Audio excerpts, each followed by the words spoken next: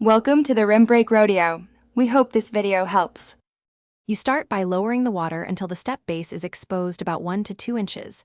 This gives you safe access and prevents liner pinching. Once done, place the steps in final position, checking that the step sits level and contacts the liner uniformly. Make sure to have sandbags, stainless screws, and nylon straps ready now. You do this so the anchor points a line with the pool wall and so you can secure without stretching the liner. You now focus on resisting buoyant forces by combining mechanical anchors and ballast. First, loop nylon straps over the top rail and secure with padded clamps so you don't damage the liner. Tighten until snug but not crushing. Next, add sandbags under each tread and along the base to achieve neutral or slight negative buoyancy.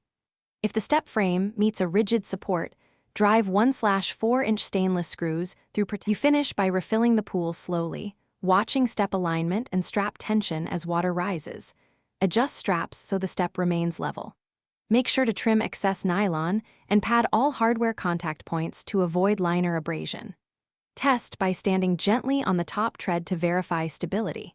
If the step still tends to float, add another 25 to 50 lb sandbag, redistribute weights evenly, or move the strap anchor points lower on the frame until buoyancy is neutralized.